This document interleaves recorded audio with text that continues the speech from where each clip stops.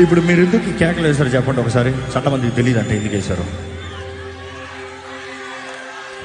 ప్రభునందు నేను ఆనందిస్తున్నాను, దాన్ని బట్టి నేను జయధ్వనిని కేకలు నేను వేస్తున్నాను అన్నవారు ఉంటే బిగ్గరగా కేక వేస్తారా?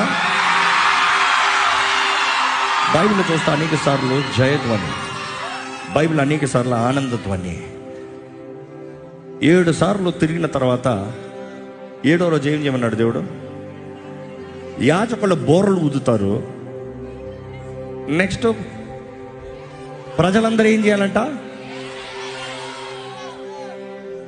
అక్కడ దేవుని స్తుతిస్తూ కేకలు వేయాలంట. నువ్వు ఎందుకు వేస్తున్నావు నువ్వు గ్రహిస్తే నీకు అర్థం ఉంటుంది. కొన్నిసార్లు కేకలు వేసేవారు కూడా స్పెక్టేటర్స్కి ఇరిటేటింగ్ ఉంటుంది. ఎందుకు కేకలు వేస్తున్నారు అనుకు చూడు. Spectators simple. క్రికెట్ మ్యాచ్లో 2 టీంలు ఆడుతున్నాయి. నీ ఫేవరెట్ బ్యాట్స్మెన్ అరీనాలకు వస్తున్నాడు అంతే. వస్తే ఏం చేస్తావు? పెద్ద ఫ్యాన్స్ అనుకో ఏం చేస్తారు? లేచి నిలబడి చప్పట్లు కూడా కేకలేస్తారు. Why you doing it? 1 thing to cheer up.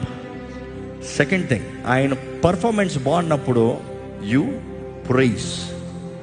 దేవునికి కేకలు వేస్తాం ఓరికి చిల్లరగా కాదు.